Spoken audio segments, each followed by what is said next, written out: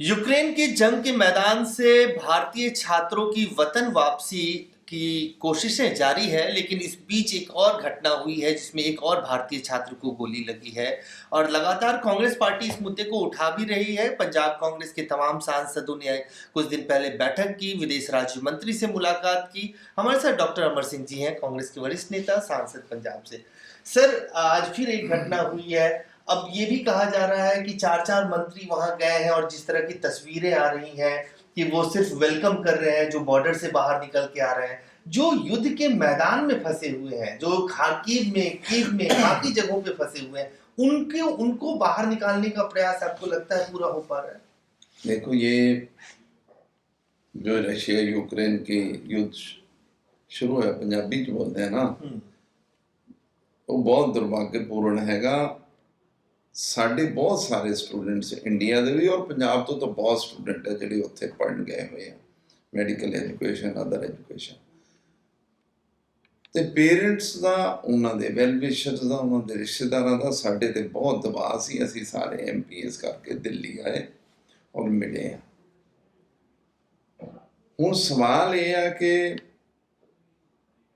ਕੇਂਦਰ ਸਰਕਾਰ ਨੂੰ ਅਸੀਂ, ਕਿਉਂਕਿ ਯੁੱਧ ਹੋ ਰਿਹਾ ਤੇ ਅਸੀਂ ਬਹੁਤ ਕ੍ਰਿਟਿਸਾਈਜ਼ ਨਹੀਂ ਕਰਨਾ ਚਾਹੁੰਦੇ, ਕਿਉਂਕਿ ਲੱਗਦਾ ਹੈਗਾ ਕਿ ਇੱਕ ਪਾਸੇ ਲੜਾਈ ਹੋ ਰਹੀ ਹੈ, ਇੱਕ ਪਾਸੇ ਰਾਜਨੀਤੀ ਹੋ ਰਹੀ ਹੈ। ਇਸ ਕਰਕੇ ਅਸੀਂ ਅਵੋਇਡ ਕੀਤਾ, ਅਸੀਂ ਪਰਸੋਂ ਦਾ ਬੀਜੇਪੀ ਗਵਰਨਮੈਂਟ ਨੂੰ ਕ੍ਰਿਟਿਸਾਈਜ਼ ਜਾਂ ਇੰਡੀਆ ਗਵਰਨਮੈਂਟ ਨੂੰ ਕ੍ਰਿਟਿਸਾਈਜ਼ ਕਰਨ ਤੋਂ। ਅੱਜ ਵੀ ਅਸੀਂ ਉਸ ਪ੍ਰਿੰਸੀਪਲ ਤੇ ਖੜੇ ਹਾਂ, ਕਿਉਂਕਿ ਉਹ ਤੂੰ ਮੈਂ ਸ਼ੁਰੂ ਹੋ ਜਾਏਗੀ ਤੇ ਅਸਲੀ ਜਿਹੜਾ ਮੁੱਦਾ ਉਹ। ਲੇਕਿਨ ਇਹ ਗੱਲ ਬਿਲਕੁਲ ਸਹੀ ਆ ਕਿ ਇਵੈਕੂਏਸ਼ਨ ਥੋੜੀ ਜਿਹੀ ਜਲਦੀ ਹੋਣੀ ਚਾਹੀਦੀ ਸੀ। ਔਰ ਦੂਸਰੇ ਮੁਲਕਾਂ 'ਚ ਜਿਹੜੇ ਮਿਨਿਸਟਰ ਨੇ ਉਹ ਆਸ-ਪਾਸ ਦੇ ਮੁਲਕਾਂ 'ਚ ਚਲੇ ਗਏ। ਸਵਾਲ ਤਾਂ ਰੀਅਲ ਇਸ਼ੂ ਤੇ ਅੰਦਰ ਹੈ ਨਾ, ਯੂਕਰੇਨ ਦੇ ਜਾਂ ਰਸ਼ੀਅਨ ਬਾਰਡਰ ਤੇ ਆ।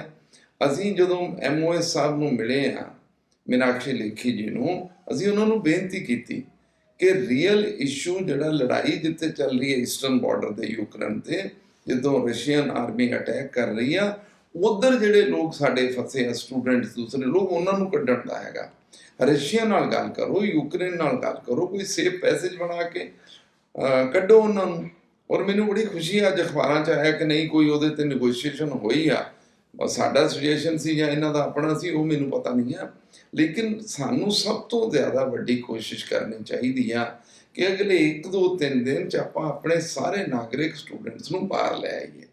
ਅਸੀਂ ਇਹਨੂੰ ਰਾਜਨੀਤੀ 'ਚ ਬਿਲਕੁਲ ਨਹੀਂ ਪਾਉਣਾ ਚਾਹੁੰਦੇ, ਪਰ ਯੈਸ, ਕੇਂਦਰ ਸਰਕਾਰ ਲੇਟ ਹੋਈ ਆ। ਹੁਣ ਵੀ ਜਿਹੜੇ ਆ ਗਏ ਆ ਉਹਦਾ ਸਵਾਗਤ ਕਰਨਾ ਤਾਂ ਅਸੀਂ ਵੀ ਕਰ ਸਕਦੇ ਹਾਂ, ਜਿਹੜਾ ਮਰਜ਼ੀ ਜਾ ਕੇ ਸਵਾਗਤ ਕਰੇ।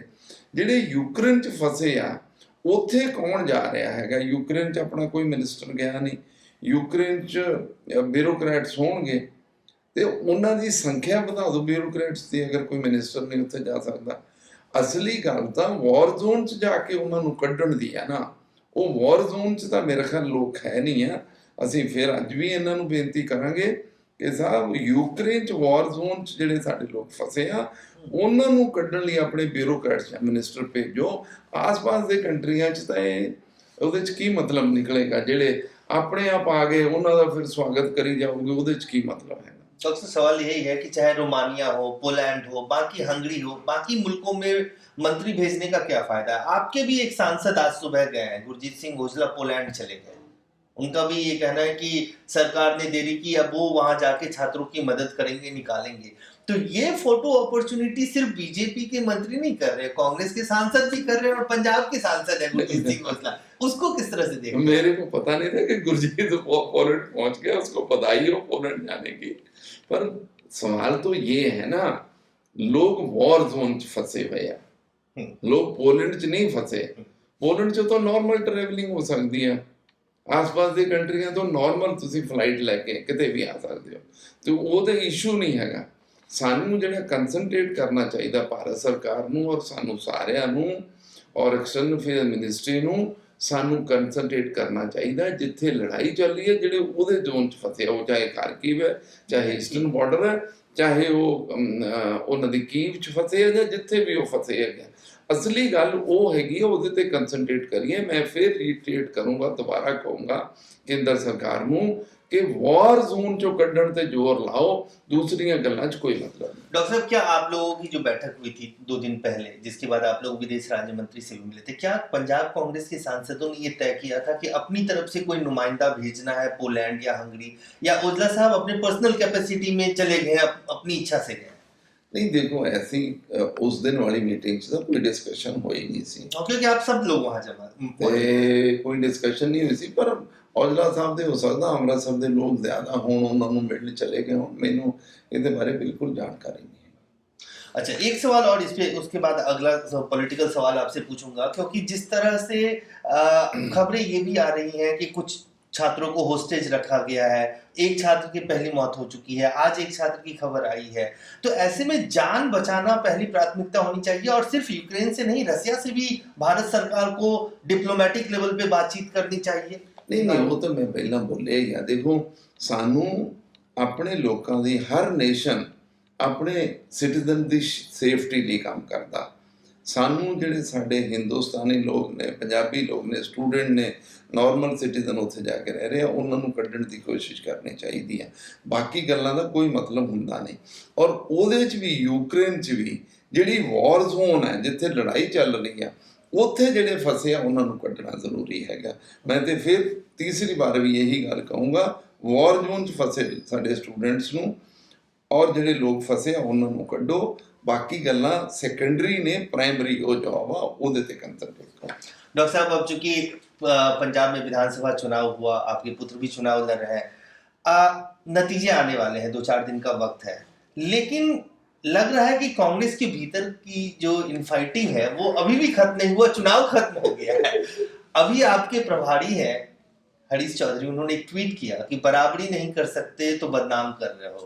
तो मतलब वो इशारा, आपको पता है कि आप ही की तरह एक सांसद है जिन्होंने उनको ठग्स और बाड़मेर कहा, बाकी लोगों ने भी सवाल उठाया, तो ये जो आरोप प्रत्यारोप है, अब तो चुनाव खत्म हो गया फिर भी शांत नहीं हो रहा।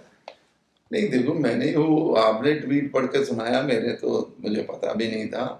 हाँ, आई डोंट थिंक कि वो किसी की ओर इशारा कर रहा होगा, कोई बात हुई होगी, मुझे फैक्ट्स मालूम नहीं है। बट मेरे को जितनी जानकारी है, कांग्रेस में कोई लड़ाई तो है नहीं है। कांग्रेस एक ओपन पार्टी है, उसमें डिफरेंस ऑफ ओपिनियन होता है, लोग बोलते हैं डिफरेंट बातें, और पार्टी में अलाउड रहता है बोलने का। तो मुझे नहीं लगता कोई डिफरेंस होगा। 10 को रिजल्ट आ ही जाना है, सब एक स्टेज पे खड़े होंगे। और क्या रिजल्ट आएगा, क्या उम्मीद है आपको? नहीं ये देखो, ये कहना तो बहुत मुश्किल होंदा, पर साडा जिहड़ा अपना इंटरनल सर्वे है, कांग्रेस पार्टी ने जिहड़ा अपना सर्वे कराया, आई थिंक मैनू जिहड़ी सर्वे दी जिन्ने सीनियर लीडरां नाल गल होई है, वो कह रहे हैं कि आपां लीड करांगे, आपां सरकार बनावांगे। सुखदेव सिंह ढींसा और बाकी लोग कह रहे हैं कि हंग असेंबली होगा, एक बार फिर 2024 में विधानसभा चुनाव हो सकता है लोकसभा के साथ। अभी जो नतीजे आएंगे वो किसी एक पार्टी के पक्ष में नहीं होगा। अभी देखो, ये तो सारे कंजेक्चर है ना, अंदाजे हैं। अब तो 4 दिन ही बचे हैं, तो रिजल्ट आने दीजिए, उस दिन फिर बात करेंगे, विल डिस्कस ऑन दैट। जी धन्यवाद। तो साफ तौर से डॉक्टर अमर सिंह साहब को इसे बोलते हुए, और उनका कहना है कि 4 दिन का वक्त है, अब तो नतीजे ही सामने आ जाएंगे, लेकिन कांग्रेस पार्टी का जो आंतरिक सर्वे है वो ये बताता है कि कांग्रेस पार्टी एक बार फिर पंजाब में बहुमत की सरकार बनाएगी। कैमरामैन आकाश के साथ Ajay Jha, Dainik Savera, Delhi. All world open challenge 17 time gold medalist मियां रफीक मोहम्मद, पंडित, मौलवी, बेगम, तांत्रिक, इन चोरा ठग्गां तो सावधान। स्पेशलिस्ट वशीकरण, सट्टा नंबर, लव मैरिज, पति पत्नी च अनबन, विदेश च पक्का होना, कारोबार दा ना चलना, सिर्फ 31 घंटियां विच समाधान।